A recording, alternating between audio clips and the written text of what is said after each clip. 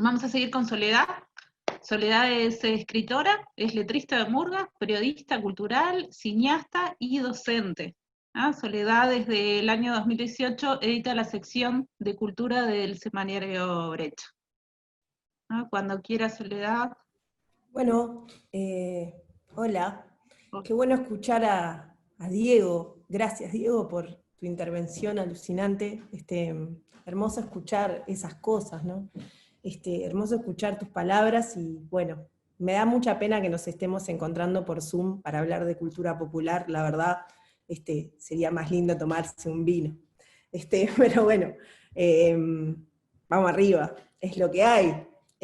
Bueno, yo quiero decir que si bien es un tema muy apasionante y es ubicado, o sea, y como solemos estar pensando todo el tiempo, bueno, mi intervención también es una intervención desordenada, es una intervención de apuntes, de pensamientos que fueron surgiendo en estos días, no es una intervención ordenada y cerrada, sino es más bien un montón de preguntas y como pensamientos para compartir, y en ese sentido, bueno, que la palabra coloquio haga lo suyo, digamos, que sea una intervención coloquial. Así que, bueno, un poco alrededor de lo que estuve pensando estos días, en esto de la cultura popular, su definición, yo un poco voy a pasar de la definición de cultura popular y pensé que estaba bueno, nada, ensayar esto de los valores, entendiendo como Diego, muy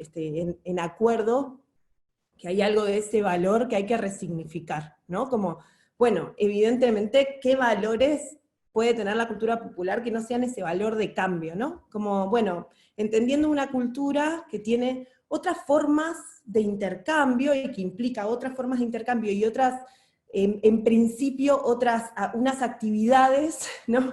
Que no buscan necesariamente la remuneración como única fuente de valor y de valoración en la sociedad, ¿no? Como, bueno, como pensar en estas culturas, en estas prácticas, digamos, en prácticas comunitarias y comunes que tienen que ver con un esfuerzo de gregario, de actividad, que no necesariamente está mediado por una forma de intercambio en términos de valor de cambio clásicos, digamos, ¿no? Como, bueno, decir, bueno, unas prácticas que se armen afuera del mercado o en otra relación con el mercado, no sé, como habitar esa frontera o digamos que no tienen un valor de intercambio vinculado ni al prestigio simbólico, ¿no?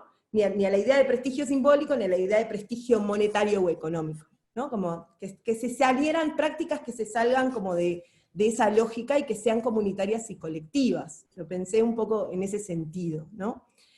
Entonces, bueno, me gusta mucho una idea que traía Diego, y con la que estoy muy de acuerdo, que es esto de los soles, ¿no? Yo creo que la cultura popular es esa cultura que por definición no podemos asir, no podemos estudiar, nunca podemos delimitar, ¿no? Como me parece que lo interesante una posible definición para la cultura popular es que se trata de eso que no se puede definir, que no se puede enmarcar ni en lo disciplinar, ni en lo estrictamente como institucional, ¿no? Y que está habitado por un montón de prácticas que no podemos definir, y que se salen de las estadísticas, de los estudios de mercado, ¿no? Como que hay algo de esas prácticas que es y se vuelve inasible, y que tiene que ver justamente con el esfuerzo colectivo de la fiesta, para mí, ¿no? De la idea de la fiesta y del placer y del goce, ¿no? Como, bueno, las prácticas vinculadas al goce que se establecen en las comunidades y que no podemos nunca terminar de abarcar,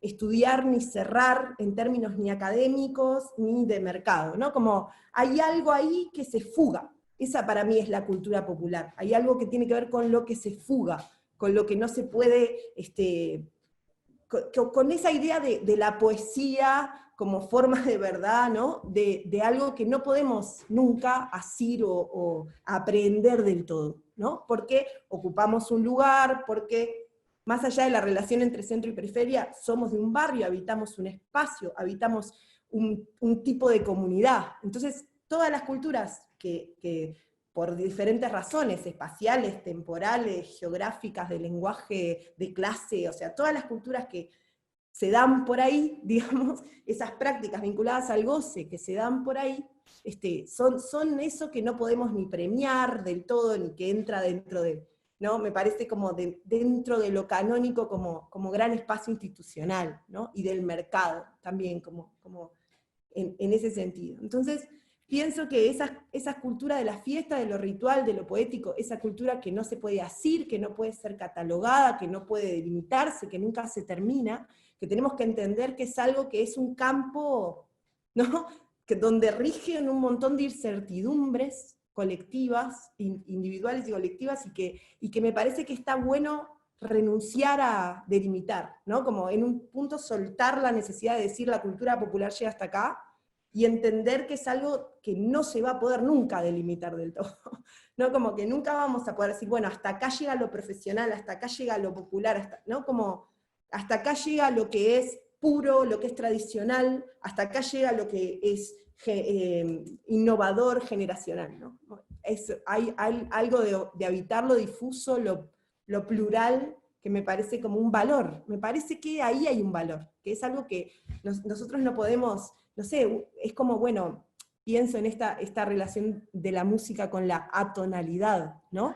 De pensar en lo atonal, en ese sistema de valores y de tonalidades, ¿no? Que no podemos asir en un esquema concreto, ¿no? Esto es un acorde, esto es un do, esto es un la, ¿no? Hay algo que está entre el do y el la y que no podemos saber qué es, y para mí la cultura popular juega en esa cancha, ¿no? Lo mismo pasa con el lenguaje, la palabra nueva, la palabra que no podemos ordenar, que no podemos meter en el diccionario, que no podemos constreñir, que es inconstreñible, que es rota, que es desordenada. Eso me parece que fuga, eso me parece que es una idea posible para la cultura popular, ¿no? Y que es un valor en sí mismo eso. Ese valor de lo inefable me parece algo de lo que no se puede decir, o lo que no puedo decir sin apropiarme de otra voz, o lo que no puedo decir porque tiene que ver con lo desconocido. Me parece que ahí hay un valor posible para la cultura popular. Después yo pensaba en esto de la relación con lo ritual, con respecto a una idea que trae María Pía López, que es una socióloga argentina y compañera militante feminista, que ella habla de una idea que a mí me gusta mucho, que es la del compost, ¿no? Entonces dice que hay algo en las culturas populares que se va sedimentándose como si fueran capas, que tiene que ver con la herencia, con la transmisión de ciertas prácticas que van sedimentando, y que de repente, en algún momento de la historia, hacen diferentes explosiones en diferentes términos y en diferentes lugares, y es como un poco lo que pasó en Chile, ¿no? O lo que pasa en Argentina, esto de, bueno, la lucha por los derechos humanos y la cultura asociada a esas luchas, que se va sedimentando y se pasa de generación en generación en forma de arte, en forma de práctica cultural, en forma de consigna, de palabra, de canto, de música, ¿no? Hay algo de la transmisión, me parece, de las ideas, de las luchas populares que sí tienen que ver con la cultura popular y con las formas en que eso se va transmitiendo, no tanto con respecto a lo político en términos partidarios o ideológicos, sino lo político en cuanto a las ganas de participar de eso, de ese esfuerzo colectivo, ¿no? Que tiene que ver con un hacer común efímero, que tiene que ver con un hacer común que, bueno, que tiene justamente, ¿qué es lo que define la obsesión o las ganas de armar una comisión de vecinos y armar un festival, de ocupar la calle, de salir a tener prácticas del goce que sean no autorizadas, que sean clandestinas, que sean diversas, que tengan que ver con, bueno, nos organizamos y armamos esto, una editorial,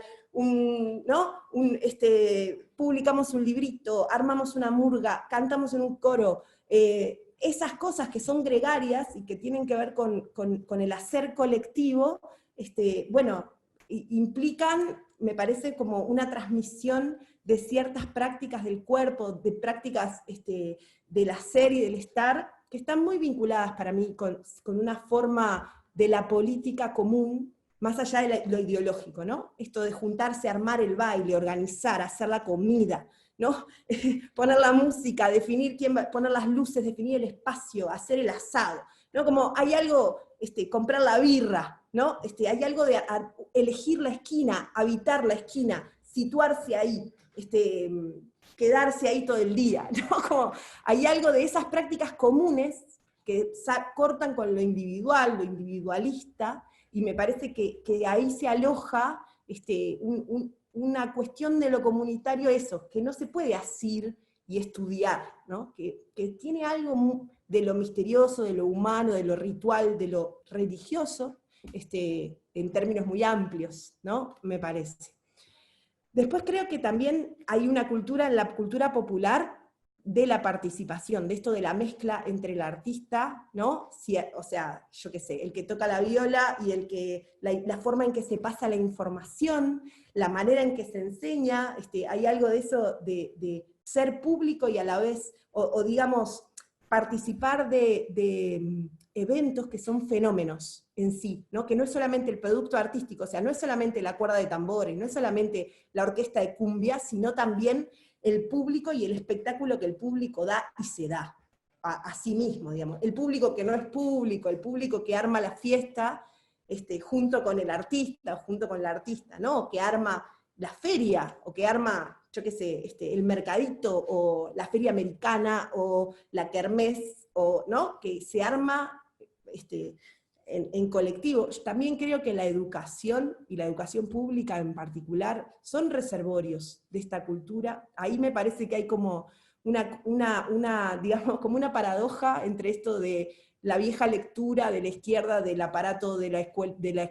educación pública como un aparato que domestica, que por un lado es cierto, pero por otro lado hoy en día también conserva, ¿no? Conserva y reúne algunas cuestiones vinculadas con la comunidad, que me parecen que también juegan en esto que llamo la cultura popular, la cultura fugada, ¿no? Fugada del arte institucional.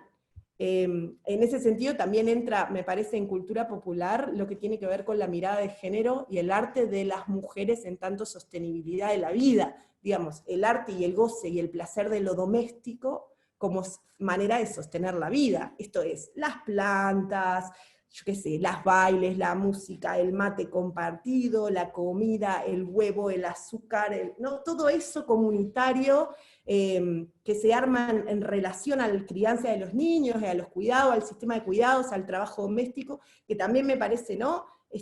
A la educación otra vez, me parece que todo eso también hace escaldo de la cultura popular y es una parte muy importante, ¿no? Las formas de maternar, los juegos con los niños, todo lo que es lúdico, ahí también me parece que se cuecen habas en tanto la emocionalidad de una cultura que se pasa por encima, ¿no? Como que esto que decía Diego, que no la podemos valorizar, porque tiene un valor en sí misma, digamos. Después pensaba como en esto de que la cultura popular tiene una lógica mucho más inclusiva que la profesional. Me parece que la cultura más de lo profesional tiene un nivel como de pedirle a las personas que cumplan con ciertos saberes previos, que la cultura popular no, la cultura popular es más inclusiva, se puede participar sabiendo menos, ¿no? O sabiendo pero de otra manera, sabiendo por estar, por presencia, ¿no? Creo que hay algo de lo presencial que muchas veces supera lo disciplinar, o el talento, la idea de talento. Bueno, vos vas, ponés el cuerpo en el coro y cantás, ¿no? O vas, ponés el cuerpo en la danza, ¿no? En que hacemos, o ponés el cuerpo en el taller de cerámica de la esquina del barrio, y ahí hay algo de tu presencia que juega mucho más que tu saber específico disciplinar, ¿no? Bueno, ni que hablar del tambor, que tiene sus saberes y sus construcciones, pero no solo la cultura más tradicional, también la cultura más digamos, de la forma en que se sostienen los grupos artísticos, ¿no? Los espacios culturales, las editoriales, los colectivos de arte, los grupos de teatro, ¿no? Hay algo de que lo que importa no es tanto saber, sino estar, poner el cuerpo, bancar, sostener, tener tiempo, ¿no? Como que todas esas cosas en la cultura popular tienen un papel súper importante, y también a su vez todo ese esfuerzo es como, no sirve la cultura popular para hacer obra, no sirve para catalogar, como no se puede catalogar, yo no la puedo poner en un currículum, no tiene un valor en un currículum, eso también es así, ¿no? Es como, bueno, yo, ¿qué voy a decir? Que participé en el coro de mi barrio, ¿dónde va a valer eso? ¿Para qué? ¿No? Quiero decir, ¿para entrar a dónde? ¿Para hacer qué? Como, bueno, no, o sea, si yo soy artista y lo que hago y lo que trabajo es haciendo fiestas con la gente de los barrios, ¿no? Bueno, qué sé yo, hay algo de ese esfuerzo que lo tiro a la basura, entre comillas, no lo estoy haciendo para conseguir algo a cambio, ¿no? Hay algo de hacerlo para gozar, ¿no? O ir al baile, ¿para qué vamos al baile? ¿Para qué participamos? ¿No? Hay algo de lo ritual, de entender que ahí hay una forma de la felicidad, o de la felicidad posible, o del estar posible. Creo que ahí hay algo también que se puede pensar. Esto de lo efímero, ¿no? De que no sirve para armar catálogo. La cultura popular no debería servir, me parece. O es eso que no sirve, que no se puede catalogar. Y además es mucho más local y menos universal, porque nace de la espontaneidad. Entonces la cultura, me parece, popular también tiene la chance de hablar de los temas y que nos, ¿no? Con más naturalidad, porque es más efímera, ¿no? Entonces arma relato sobre lo que pasa. Por ejemplo, yo qué sé, uno escuchaba una cumbia, nada, como empezás a escuchar diferentes formas de leer la realidad y el tiempo en que vivimos, mucho menos atadas a una idea de que esto tiene que ser universal o tiene que trascenderme, ¿no? Entonces eso da la chance de hablar de lo que nos pasa de una manera mucho más como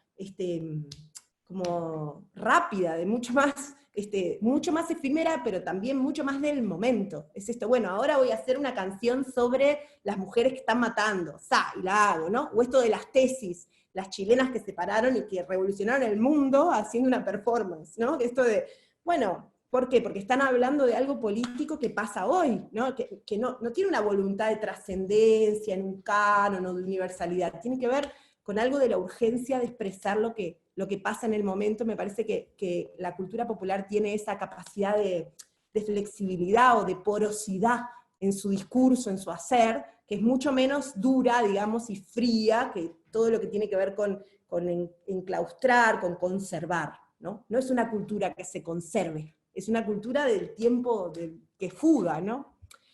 Y después, bueno, me parece que está, un poco Diego habló de la relación por ahí de la cultura con el mercado y las políticas culturales con el mercado. Yo creo que hay una cuestión de poder valorizar la no competencia y la colaboración en esto de, bueno, repensar la variable de calidad, correrla un poquito, correr la variable de calidad y pensar en otras variables posibles para leer las manifestaciones artísticas.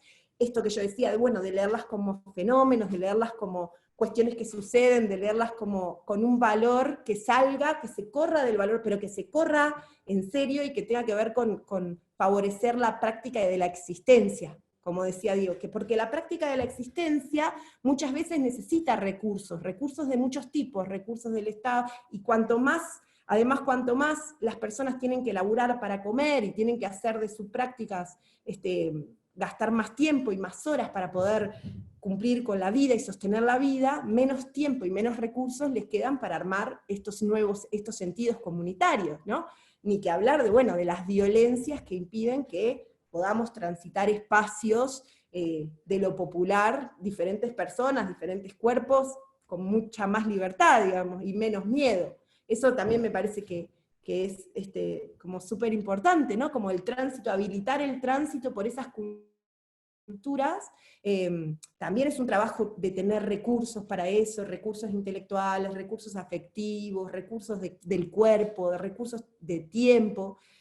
Pienso que sí, que hay algo de estar que solo es posible con algunos recursos. Entonces, esto de la militancia de la existencia, ¿no? De que la resistencia sea la existencia, me parece que eso también es algo como para poder pensar y trabajar en torno a lo popular. Y también esto del valor de lo no excepcional, de lo que pasa todos los días, de lo que sabemos que va a pasar, de lo predecible, ¿no? Como la cultura popular muchas veces se corre de la idea de originalidad. se corre de la idea de innovación de vanguardia, ¿no? Tiene que ver justamente con repetir, tiene que ver con que vos vayas todos los domingos, los tambores estén ahí, pase lo mismo, con que pase lo que vos sepas, lo que vos sabés que va a pasar, y lo que pasaba cuando iba tu madre, y lo que pasaba cuando eras chico, ¿no? Hay algo de la experiencia estética de la cultura popular que tiene que ver con recordar, rememorar, recuperar, reconocer. Creo que ahí ¿no? Y que no tiene que ver con reconocer lo que yo viví, sino con algo que, ¿no? Que existe ahí, en una memoria, que uno dice, bueno, nos pasó nosotros con la experiencia de Más Carnaval, que es un carnaval como popular y gratuito, que armamos el año pasado con algunos conjuntos que estaban por fuera del carnaval oficial, en el entendido de que el carnaval oficial también tenía unas lógicas vinculadas con el mercado y el valor de cambio muy complicadas para que pasaran algunas cosas. Y en esa experiencia de Más Carnaval la gente lo que decía es, este es el tablado de cuando era chico, pero no era el tablado de cuando eras chico en realidad, era el tablado de cuando tu madre era chica. ¿Y eso dónde está? ¿Dónde vive? Esa pregunta, ¿dónde está eso alojado? ¿Dónde se aloja ese reconocimiento que nos pasó a muchas personas? Y sin embargo ese tablado no se parecía a los de mi infancia, pero había algo en eso que yo estaba recuperando. Y no solo yo, sino que recuperamos en colectivo, muchas personas tuvimos esa sensación de haber recuperado. ¿Y recuperar qué? Creo que ahí hay una pregunta, ¿qué es lo que se recupera en esas sensaciones cuando habitamos en el cuerpo esa sensación, ¿no? De estar participando de eso, que es algo que trasciende, que viene de atrás, me parece que, y que no es excepcional, es justamente lo contrario, ¿no? Tiene que ver con rememorar, recordar, reconocer, no con vivir por primera vez, sino todo lo contrario, como el valor sea que no lo vivís por primera vez, ¿no? O que hay algo de eso que, aunque vos lo vivas por primera vez, hay algo que te habita, o un tío, un primo, algo que, ¿no? Que está ahí en la vuelta tuya que no te es desconocido del todo. Y después, por último, bueno, esto de hablar de un registro otro, de una historia otra de la vida, ¿no? Como, por ejemplo, en el tema del carnaval, las canciones, pero también, por ejemplo, yo escuchaba las canciones de Pedro Ferreira, que ahora en el centro, en el archivo de música, me estoy olvidando del nombre de ese centro, pero que editaron un disco de Pedro Ferreira hermoso y que recuperaron como sus grabaciones, y yo pensaba, qué hermoso escuchar el relato negro de la vida, ¿no? En ese momento. Las letras de esas canciones tienen un relato otro, un relato no oficial. Con las murgas pasa lo mismo, ¿no? Por eso yo decía, bueno, la lucha de las mujeres por participar en las letras de las murgas y por recuperar sus letras, también tiene que ver con recuperar la historia de las voces de sus obreras. Porque en realidad nosotros acá en el Uruguay, por ejemplo, tenemos un montón de culturas que justamente, bueno, ni que hablar de la música tropical y las letras de la música tropical y las formas del amor que esa música tropical trabaja y piensa desde un lugar que es otro, ¿no? Otro amor, otras formas que no son, o otras formas de hacer poesía, que muchas veces encuentran otras maneras de contar el relato, de cómo se pensaba un tiempo, de cómo se pensaban los vínculos, ¿no? Y lo mismo lo político, un montón de cosas que en esta cultura popular tenemos como otro relato. Entonces hay algo justamente como del reservorio, del compost, de lo que sedimenta, que me parece que es súper importante. Y después, para finalizar, creo con esto que decía Diego con respecto a las políticas culturales, que si nosotros, que hay una cuestión con la cultura popular, que es cuando la cultura popular está intervenida por el valor, lo mismo sucede, bueno, con el tema de pensar si nosotras las mujeres tenemos que poner un costo, ¿no? Si tenemos que recibir un salario a cambio de ciertas actividades que tienen que ver con sostener la vida. Entonces yo digo, bueno, militar un tablado de barrio, militar un festival en la calle, militar una obra de teatro, militar un coro barrial, militar, ¿no? Esas actividades no las podemos pensar solamente como trabajo. No son solamente trabajo, porque si solamente les damos un valor de cambio, las pensamos como valor de cambio, las estamos rompiendo en realidad. Y lo mismo sucede cuando ponemos solamente lógicas de competencia, me parece humildemente, para premiar esas, o asignar recursos, o sea, asignar recursos a la cultura popular en torno a la variable de calidad y a la competencia, me parece como una cosa como que en realidad lo que hace es romper el tejido social, rompe el valor de la cultura popular, eso comunitario, eso que no se puede, ¿no? Eso que se hace de a muchos, si yo lo que hago es premiar a este y a este no, establezco un rasgo el tejido social. ¿no? Entonces hay algo de la asignación de fondos a la cultura popular que tiene que poder respetar las lógicas comunitarias de las diferentes disciplinas, y eso muchas veces es súper difícil, encontrar otras lógicas de asignación de fondos que no sean la competencia, porque el valor de la cultura popular no está en la competencia, y la competencia la destruye en muchos casos, ¿no? Porque además la lleva por un lugar de profesionalización que rompe con sus lógicas comunitarias que también tienen una vinculación con las formas estéticas. Ahora, este año hubo una murga de mujeres en el encuentro de murga joven que se llama Perlita Cucú, y es una murga muy bonita porque logran como un sonido femenino, que es para mí un parteaguas en torno al sonido murguero. Ha venido habiendo una evolución del sonido murguero hacia otra cosa, con otras identidades, con otras formas de cantar, que de alguna manera logran, incluso en lo disciplinar, logran, gracias a la libertad y a lo comunitario, cosas que si uno les pone un jurado, una variable de calidad, una guita y no sé qué, no lo logran, porque piensan que tienen que ir para un lado como determinado. Entonces eso nuevo que nace, eso que florece, solo florece en la libertad del espacio construido y no tanto en la calidad y en la exigencia de una calidad estandarizada. Bueno, por ahí me quedo. Gracias.